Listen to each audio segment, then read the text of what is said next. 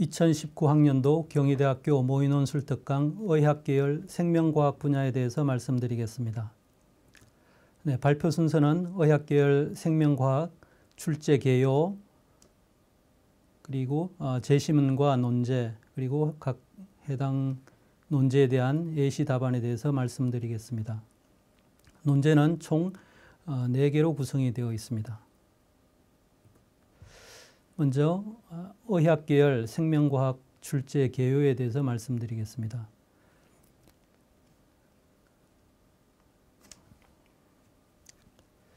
출제는 특정 과학 지식의 유무로 평가하기보다는 제시된 의학 생명과학 지식을 활용한 설명 능력, 논리적 사고와 추론 능력, 그리고 논술 능력을 중심으로 평가하도록 문제를 출제하였습니다. 특히 고등학교 생명과학 1, 2 교육 과정을 충실히 이수한 학생은 누구나 풀 수 있도록 제시문을 제시하고 논제를 제시하였습니다.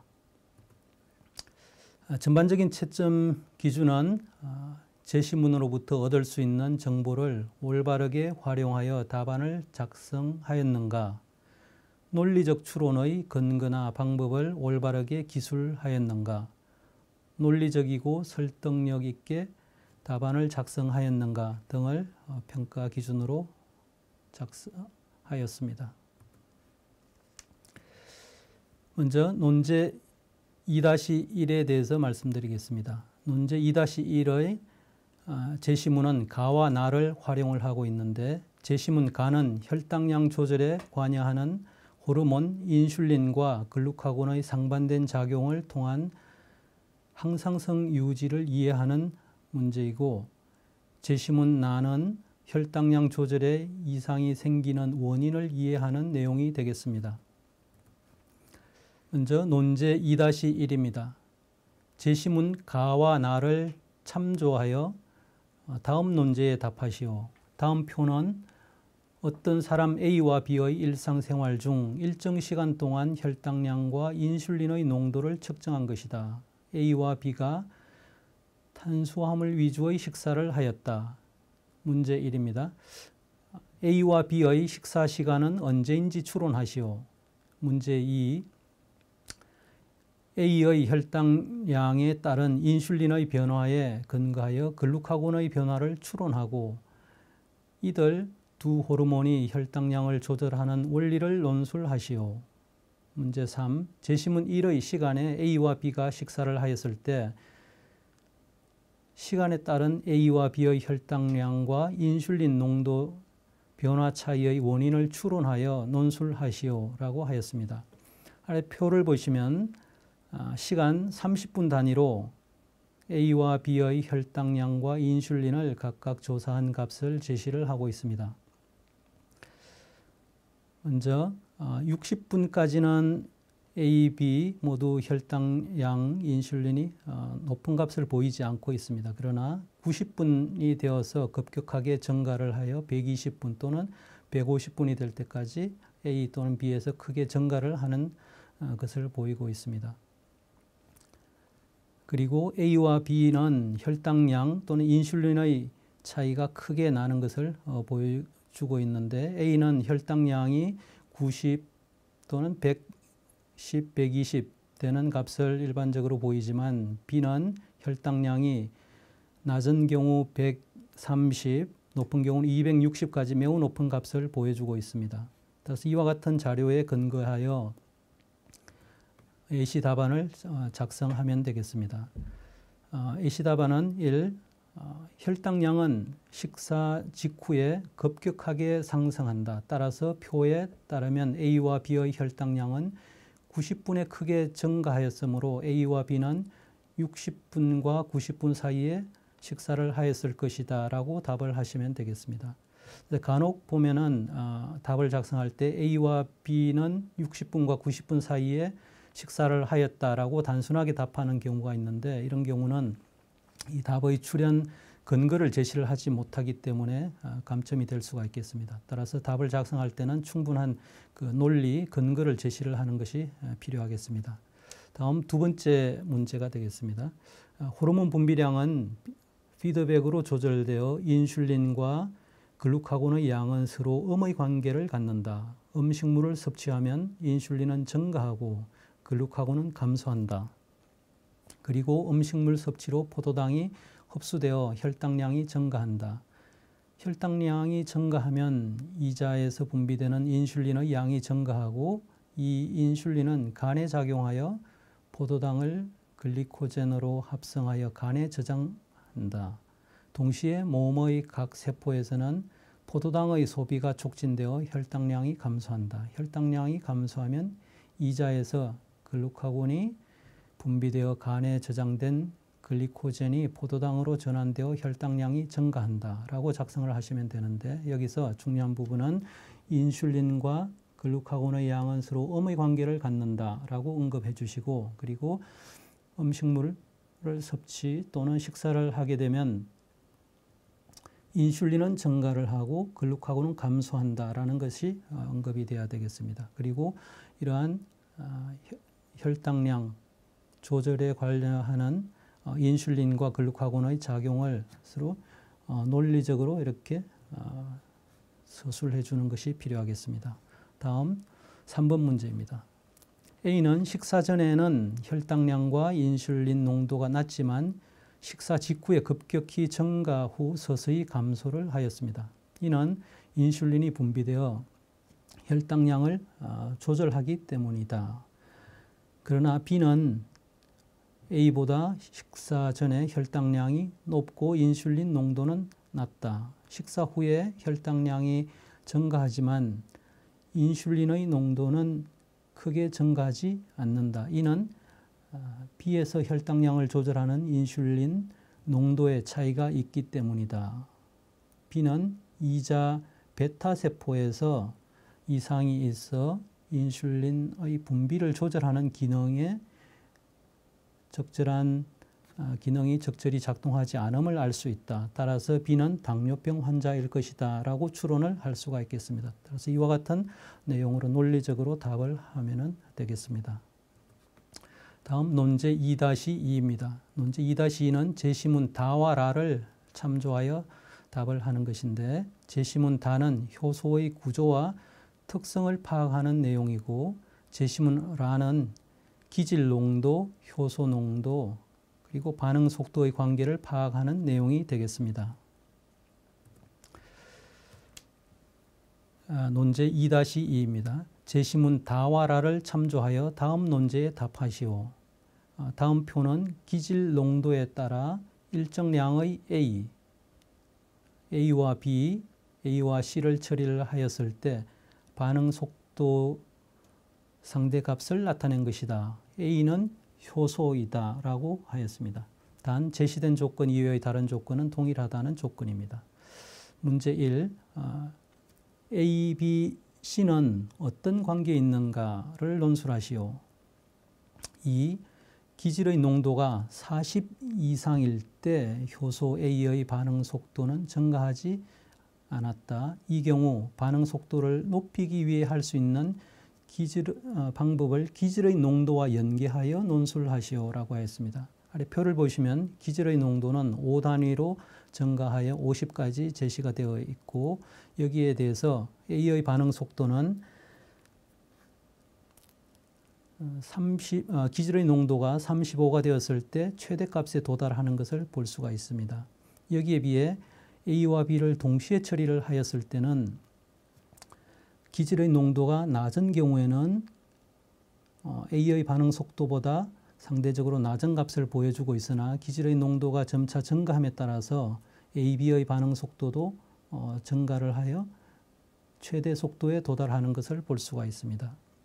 이에 비해서 A와 C를 같이 처리한 경우는 A의 반응 속도에 비해 전반적으로 기질의 농도가 낮은 경우 그리고 높은 경우 모두 다 매우 낮은 값을 보여주고 있는 것을 확인을 할 수가 있습니다. 따라서 이와 같은 자료에 근거하여 답을 작성을 할 수가 있겠습니다.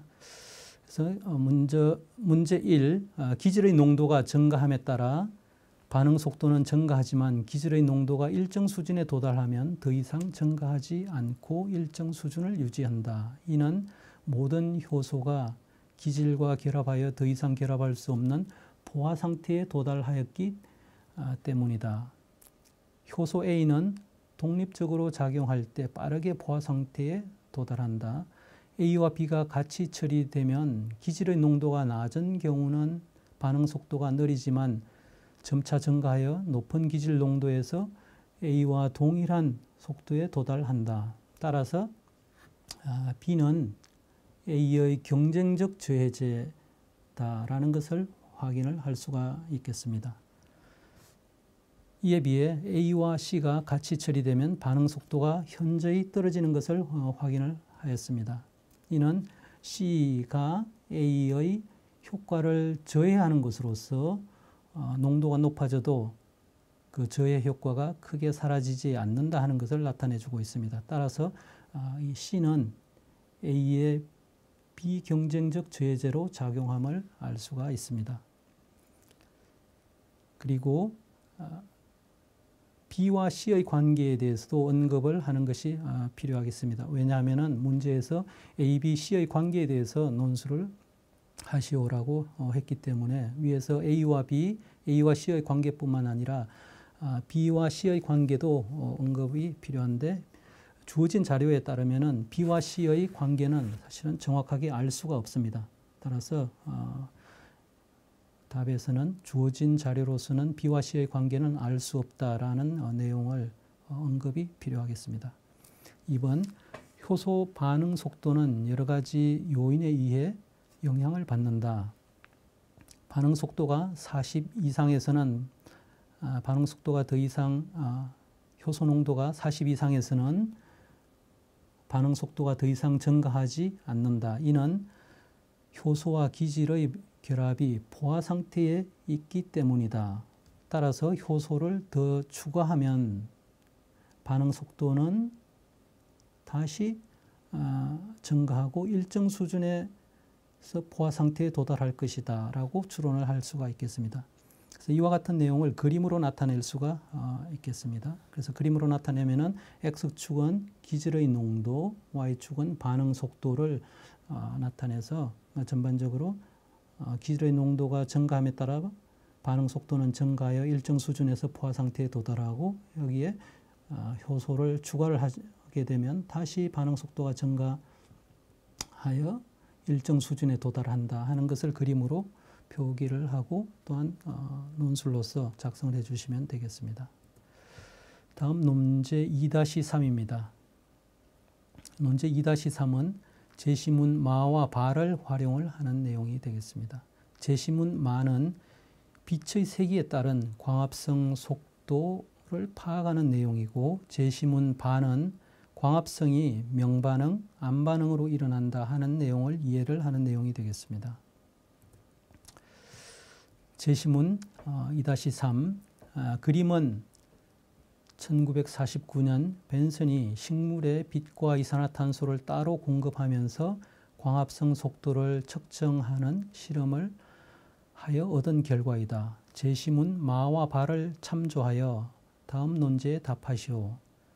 벤슨의 실험 결과에 근거하여 광합성이 2단계로 일어남을 논술하시오.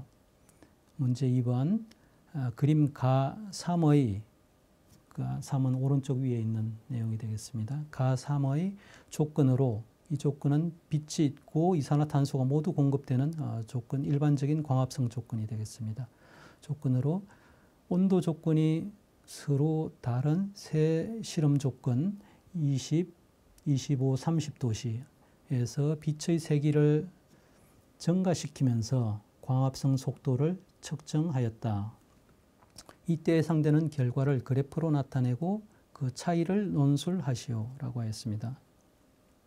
그래서 그림에서 보시면은 첫 번째 조건에서는 빛이 없고 이산화탄소만 공급하는 경우, 그리고 이어진 실험에서 빛은 있고 이산화탄소가 없는 경우 모두 다 광합성이 가나 모두 광합성이 이루어지지 않는 결과를 보여주고 있습니다. 그렇지만은 이어진 실험에서 나에서는 빛은 없지만 이산화탄소를 공급하는 경우는 광합성이 약하게 이렇게 일어나는 부분을 볼 수가 있고, 그리고 가에서는 빛과 이산화탄소가 모두 공급되는 경우에는 광합성이 매우 활발하게 일어나는 결과를 보여주고 있습니다. 따라서 이와 같은 실험 결과에 근거를 하여 1번 문제에 대한 답을 할 수가 있겠습니다.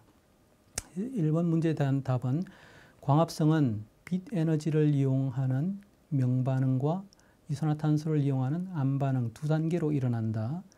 실험 나 2에서는 빛이 있지만 이산화탄소가 공급되지 않은 경우 광합성이 일어나지 않았다라고 하는 내용을 확인하였습니다. 그러나 나 3에서 빛을 차단하고 이산화탄소를 공급하였을 때 광합성이 부분적으로 진행이 되었고, 가 3에서는 빛과 이산화탄소가 모두 공급된 경우에 광합성이 높게 일어나는 것을 확인을 하였습니다. 따라서 광합성은 명반응이 먼저 일어나고 그 이후에 암반응이 진행이 되는 것을 알 수가 있겠습니다. 그래서 1번 답은 이와 같은 내용으로 논리적으로 제시를 해주면 되겠습니다. 다음 문제 2번입니다. 광합성은 빛의 세기, 이산화탄소 농도, 온도 등 다양한 요인에 의해 영향을 받는다. 빛의 세기가 증가함에 따라 광합성 속도는 증가한다. 그리고 낮은 온도에서는 광합성 속도가 낮으며 온도가 증가함에 따라 광합성 속도는 증가한다. 주어진 온도 조건에서 모두 일정 수준의 빛의 세기에 도달하면 광합성 속도가 더 이상 증가하지 않는 광포화점에 도달한다. 온도가 높을수록 광포화점은 낮아진다. 30도씨에서 광포화점이 가장 낮고 20도씨에서 광포화점이 가장 높다라는 내용으로 기술을 해주시면 되는데, 여기서 문제에서는 빛의 세기가 증가함에 따라서 광합성 속도가 어떻게 되는가 하는 내용으로 문제를 질문을 하였습니다. 따라서 답을 작성하실 때는 빛의 세기와 광합성 속도에 대해서 초점을 맞추고, 그리고 각각 온도가 낮은 곳에서 높아짐에 따라서 어떤 변화가 있는가 하는 것을 언급을 해주시면 되겠습니다. 그리고 제시문에서 제시되었던 광포화점에 대한 내용들도 같이 언급을 해주시면 되겠습니다. 그래서 이와 같은 내용을 그래프로 그리면은 X축은 빛의 세기, Y축은 광합성 속도로 나타내주고, 그리고 주어진 온도 조건 20도, 25도, 30도씨에서 빛의 세기가 증가함에 따라 광합성 속도가 어떻게 달라지는가 하는 것을 그래프로 나타내 주시면 되는데, 온도가 낮은 경우는 빛의 세기가 증가함에 따라 광합성 속도도 낮지만은 빛의 속도가 증가함에 따라서 광합성 속도도 높은 온도에서는 크게 증가하는 것을 볼 수가 있습니다. 그리고 이와 마찬가지로 광포화점은 높은 온도에서는 광포화점에 빨리 도달하게 되기 때문에 빛의 세기에 따른 광포화점은 낮은 값을 가지게 되고, 낮은 온도에서는 높은 광포화점을 가진다 하는 것을 논리적으로 제시를 해주시면 되겠습니다. 다음 논제 2-4입니다. 논제 2-4는 제시문 4아 자를 참조하여 답을 작성하는 것입니다. 제시문 4는 태양 에너지가 생태계의 근원적 에너지임을 파악하는 내용이고, 제시문 아는 먹이 연쇄 및 생태 피라미드를 이해하는 내용이 되겠습니다. 그리고 제시문 자는 생태계의 평형과 생태계의 항상성을 이해하는 내용이 되겠습니다. 제시문 2-4입니다. 생태계는 다양한 요인으로부터 영향을 받는다. 안정된 생태계에 외부로부터 일시적으로 오염물질이 유입되어 생태계가 교란되기도 한다. 제시문 4아 자를 참조하여 다음 논제에 답하시오. 문제 1입니다. 생태계에서 이용되는 근원 에너지는 무엇이며 어떠한 형태로 먹이 연쇄를 통해 이동하는지 논술을 하시오. 문제 2. 평형 상태의 안정된 어떤 생태계에서 1차 소비자의 수가 급격히 증가하였다면 이후 생태계 변화 과정을 생태 피라미드 그림으로 표현하고 그에 대해서 논술을 하시오입니다. 단 이 생태계의 소비자는 2차 소비자까지 존재하는 것으로 제안을 하였습니다.